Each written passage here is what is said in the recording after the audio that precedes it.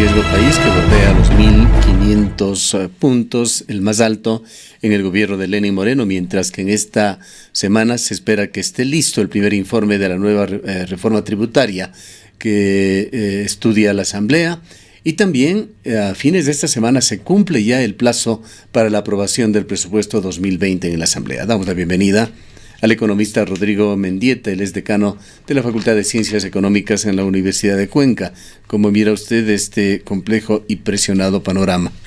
Muy buenos días, un saludo a usted y a quienes nos escuchan. Como hemos venido diciendo, es un panorama grave para cerrar el año y de cara para el año 2020 y los próximos. Prácticamente yo creo que se llegó a un punto sumamente complejo desde lo político, en la medida que no hay una cabida, digamos así, o no hubo una cabida para la aprobación de la ley anterior, que obviamente tenía sus problemas de forma, pero que dejó al gobierno, ¿no es cierto?, en un estado bastante como denominado yo, de encrucijada.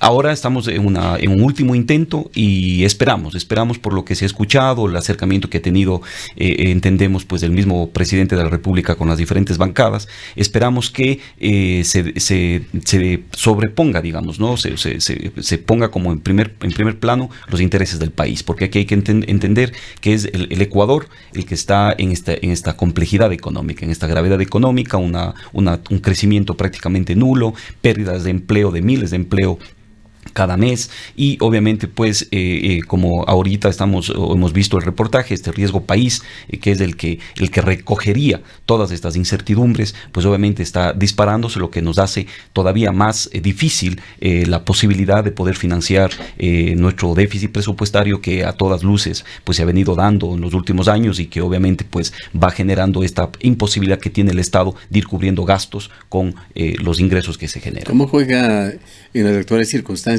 la presión del tiempo?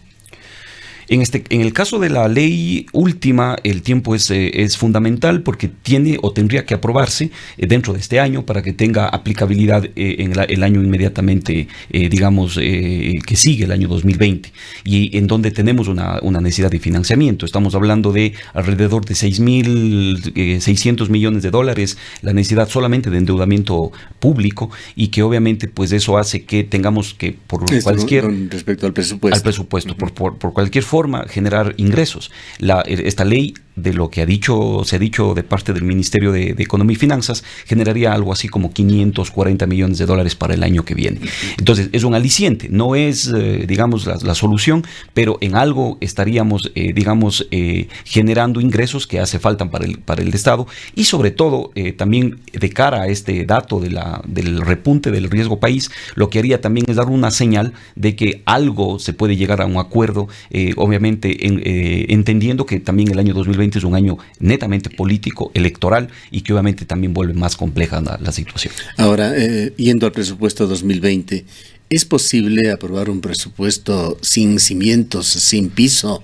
Un presupuesto que incluye allí una focalización a los combustibles que dicen los sectores sociales, concretamente los indígenas, se van a oponer a como de lugar. Mira, yo creo que es complicado también, igual como pasa con la ley. La ley también, esta última, tiene riesgo de que no se apruebe. Se escuchó ayer muy eufóricamente al director ejecutivo del Partido Social Cristiano hablar de que ellos no van a ceder. Y ellos fueron gravitantes en la votación anterior. Así es, y que no van a ceder un milímetro en el tema impositivo. Pues realmente, si no hay una aceptación de que la necesidad de impuestos en este momento en el país es imperiosa, pues yo diría que también corre el riesgo de que la situación se vuelva todavía más grave. Y claro, volviendo a su punto, yo creería que va a haber una disputa también en el presupuesto, y quizás pase como pasó en el año 2019, que ingrese por el Ministerio de la Ley a su ejecución. Hay una gran preocupación, economista Mendieta, que la siente el pueblo ecuatoriano, lo sienten los sectores más desprotegidos, aquellos que se ven afectados directamente por la falta de trabajo, por la pobreza, y lo sienten también los diferentes estamentos que conforman la sociedad ecuatoriana, incluyendo los sectores productivos. Una especie de desesperanza de que la economía del Ecuador se sigue solucionando en base a parches, sin un horizonte un poco más optimista, sin una luz al final del túnel. Bueno, yo estoy de acuerdo con ello. Este tipo de intentos y reacciones, inclusive lo que pasó en octubre con la reacción que hubo por la eliminación de los subsidios, yo creo que están, digamos, o han cobijado este panorama de incertidumbre, de falta de confianza sobre el futuro, que es lo que más daño hace en términos de planificación económica. Un país, y esto va a nivel personal, familiar, en el ejemplo, en el escenario que se lo quiera poner, y no se diga en un gran colectivo como es Ecuador, que vive únicamente pensando en quién y cómo le va a prestar dinero para poder seguir manteniendo su tren de vida, es algo que no va. Que no debería ser. Que no se requiere un país sostenible y sustentable. Claro, que no se puede sostener, que no tiene un norte. Y esto genera al menos tres cosas que podría decir. La primera, claro, repliega el consumo de parte de las familias, la inversión de parte de las empresas, lo cual obviamente va a redundar después en falta de crecimiento, falta de empleo, pero también yo lo que creo también es que genera como un caldo de cultivo para el resurgimiento de unos neopopulismos en el país, que es lo que es lo más grave de lo que yo veo, ¿no? Estos neopopulismos, ya sean de izquierda o sea de derecha, pero que están yendo a proponer terreno fértil para que surjan salvadores de la patria. Exactamente, para que surjan y lleguemos digamos a un remedio que podamos entenderlo así, pero que resultará peor que la enfermedad. ¿Qué es lo que aspiraría usted como economista suceda con respecto a estos dos proyectos que tienen que recibir respuesta en esta semana? El proyecto de crecimiento económico, ya le bautizó con otro nombre el gobierno, pero que espera solucionar el tema tributario particularmente, y el otro mayor del presupuesto. La ley esta de simplicidad y de progresividad tributaria, que es como se le ha denominado, tiene dos caras que yo veo, para decirlo rápido. La primera es recaudatoria. Estamos hablando de 540 millones de dólares vía una serie de impuestos, disminución en temas de la posibilidad de poder deducir ciertos gastos, y eso generaría este tema. Pero por otro lado también, eso por ejemplo no se vea venir, porque quizás la ley hubiese tenido solamente la parte tributaria, pero creo que sí hay un aliciente para las empresas, sobre todo la eliminación del anticipo al impuesto a la renta. Yo creo que ese es para mí el principal beneficio que la ley tiene. Hemos venido insistiendo desde el año 2015 la urgencia que tendría el gobierno de retirar este anticipo, porque obviamente esto estaba generando una estrangulación a la liquidez de las empresas. Entonces yo creo que lo que más esperaríamos es que se apruebe la ley. Obviamente habrán observaciones que se tienen que ir haciendo. Para eso mismo está la Asamblea, ese es el mecanismo democrático constitucional que nosotros tenemos, pero obviamente lo que yo esperaría es eso, ¿no? Que la ley se apruebe. Sería, repito, un aliciente a la compleja situación, algo de bueno, digamos, como para terminar el año. Eso daría paso inmediatamente a el último desembolso del Fondo Monetario Internacional, que más o menos estamos hablando de 500 millones de dólares que todavía están pendientes, y con eso prácticamente el gobierno cerraría el año como diríamos, con las justas, ¿no? Cerraría el año con las justas.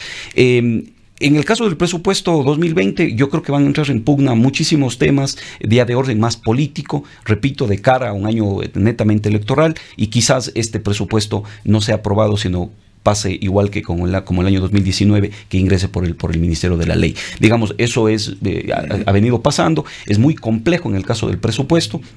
El presupuesto tiene una carga muy fuerte en lo que tiene que ver con pago de intereses y pago de capital de deuda pública. Tiene una carga importante del tema de subsidios, que obviamente estamos a la espera también de que se vaya cumpliendo las palabras, porque recordemos que la derogación del decreto 883 daba paso a un nuevo decreto en donde se hable de la focalización, que es muy compleja. Yo la veo muy compleja. Yo no veo una solución. Digamos, se han visto muchos temas, pero yo creo que una solución es muy, muy difícil para ello. Y obviamente pues el tema de una serie, ¿no es cierto?, de cosas que están en el presupuesto y que realmente sí dejan ciertas incertidumbres.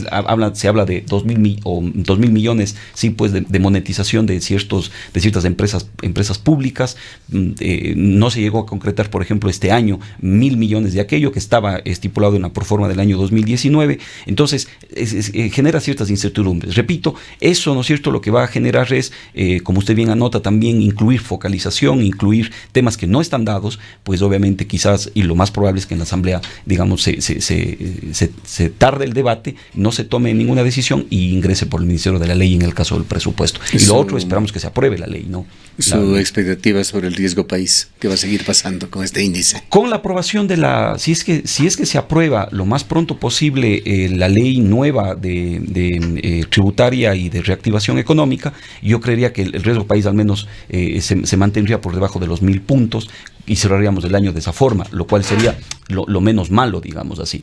Pero esperemos a ver, si no, yo creo que podría inclusive dispararse, no llegar a los topes como hemos tenido cuando fue el feriado bancario y la dolarización, que llegamos casi a los 5.000 puntos, que ya sería desastroso para la economía ecuatoriana, sobre todo para el financiamiento. Pero ahí quería también, aprovecho para hacer un paréntesis, eso no solamente afecta el financiamiento que podemos como gobierno buscar en los mercados internacionales, sino también al financiamiento privado, que obviamente existen empresas, sobre todo grandes, multinacionales en el país, que necesitan el financiamiento externo, que necesitan, por ejemplo, cartas de crédito en el momento que hay exportaciones, etcétera, y por lo tanto eso también les afecta. O sea, a la final, mire usted, no solamente es un tema de que irse en contra de la ley, por un tema de tributos a ciertas empresas, sobre todo grandes, estamos nosotros beneficiándole al país. Realmente a la final, mire usted, el efecto quizás, si uno suma y resta, termina siendo más, digamos,